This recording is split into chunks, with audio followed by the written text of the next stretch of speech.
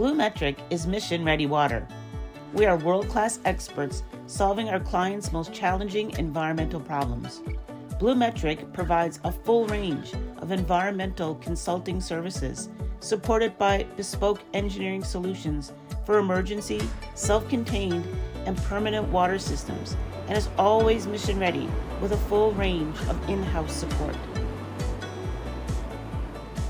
There is no successful mission without water.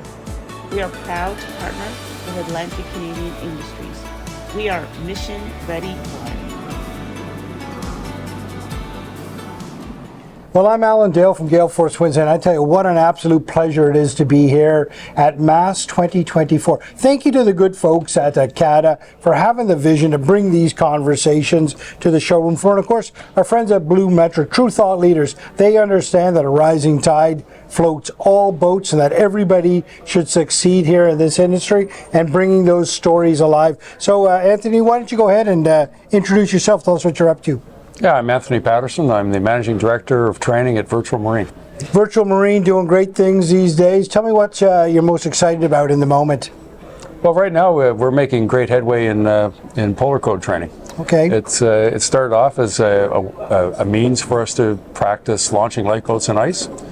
We had to develop some really exciting technology to clear ice fields away so lifeboats could drive. Mm-hmm. Turns out the Canadian Coast Guard thought that was also cool, and they asked us to expand the capability. And over time, we've become known by a bunch of icebreaking services. Just recently came back from South Africa, training the crew on board the Gullis 2, the icebreaker that operates out of South Africa. Wow. MASS, you've been around MASS now for all 11 years, I'm sure. Tell me, how are you seeing the conference unfold over time?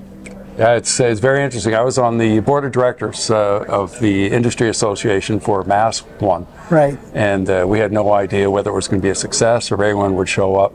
And that conference was so exciting for us because a lot of people did come and it was really, really successful. But when I look back at the first one and look at this one, it's night and day. Like the conference has come along so well. You know, it's weathered the storm like everyone else did during the pandemic, but came back strong. And so delighted that it's still here in St. John's, where there's a seat of expertise that we can share with the world. You know, CADA bringing everybody into the conversation, you know, taking on that sort of leadership role, connecting people, and certainly being a champion for its members. Talk to me about the importance of having an association in your back pocket, in your corner, helping you along the way.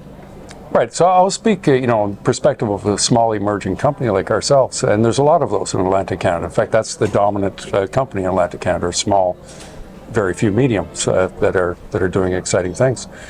And the small companies are always scrambling to get market access. They've got so many things they have to do. They have so little time, so little money to do it. And one of the things that's really difficult for them is to project a big presence, as big a presence as they need to project, so that they can get into the mind space of people in Ottawa or in Washington or places where big decisions are being made. And that's really what the associations do. It gives those companies a way of having a voice, of showcasing their excellence, to the people who need to know how they can do.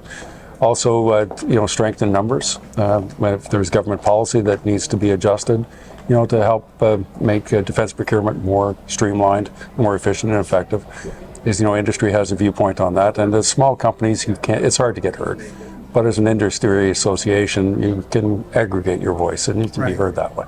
Yeah, and they're very good at it. There's little doubt about it. And they understand, just like you, because I know that Virtual Marine is doing this in the moment, that the solutions that are created here, the products that come out of this place, they have a global market. They can be shipped all over the world. We're doing things here that people around the world are using. Yours is a great example. That's very true, and sometimes it's hard to be successful in your own backyard. I know it's kind of a weird thing, but it seems to be true, right? Is that it's only after we sell in Germany or the Royal Navy that then people at home say, well, we want the same system we saw over there. Well, that's our system. So it's kind of a feature of the small companies is that your first customers are the ones that have the most urgent need. Yeah. And you solve their problems, they tell their friends, and things move forward from there. But it's not necessarily the people at home have the most urgent need. It could be, from somewhere else. And so you end up going all over the world, finding the places that have the needs that you can solve. And you do that, you do a good job, and you go to the next one, then finally you come back home. I had the great pleasure last year of witnessing what I thought was a very innovative and creative thing that Virtual Marine did. And that was that they were helping the Royal Canadian Navy recruit people. They had their technology on the jetty as the ships went into central Canada, into the Great Lakes, and the Virtual Marine equipment that's being used by the Canadian Navy to train, it was on the jetty showcasing the level of technology that the sailors are using now, and they were using that as a way to entice new people to join the Navy. So there you've got your product. It's a dual use product, and it's got an ability to attract that next generation of talent into the Navy. That must make you feel amazing that your technology is being used that way. Oh, absolutely. It's like the marine industry in general has kind of got a bad rap. It's kind of the old industry. It's the one you don't want to go into. It's, I don't know what people think. I guess it's all ropes and sails, I suppose. But when you're able to show, in a tangible way that the industry is embracing high technology, and for recruitment, it's a great. It has many facets to it, because the thing that you're simulating itself is high tech. Like, these boats are not the boats of old; they are very sophisticated pieces of equipment, and the training method of getting people ready to operate these boats is modernized as well. So it's like you're being trained like a fighter pilot, except you're going to sea. And that really excites people, because they have this vision of what seafaring is like, and then when they see the high tech angle to it, it really opens their eyes, and then it becomes something attractive to them. An absolute pleasure to be in conversation with you, and certainly thank you very much for your perspective on MASS 2024 and your thoughts around ACADA. We appreciate everything that Virtual Marine is doing here in our ecosystem. You are truly raising the bar for everybody, so thank you. Oh, thank you so much for having me.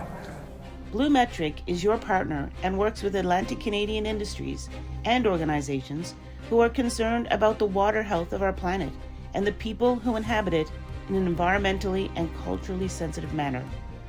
BlueMetric joins the growing number of like-minded, innovative Atlantic Canadian companies who are changing the environmental landscape for the globe in a world-class way.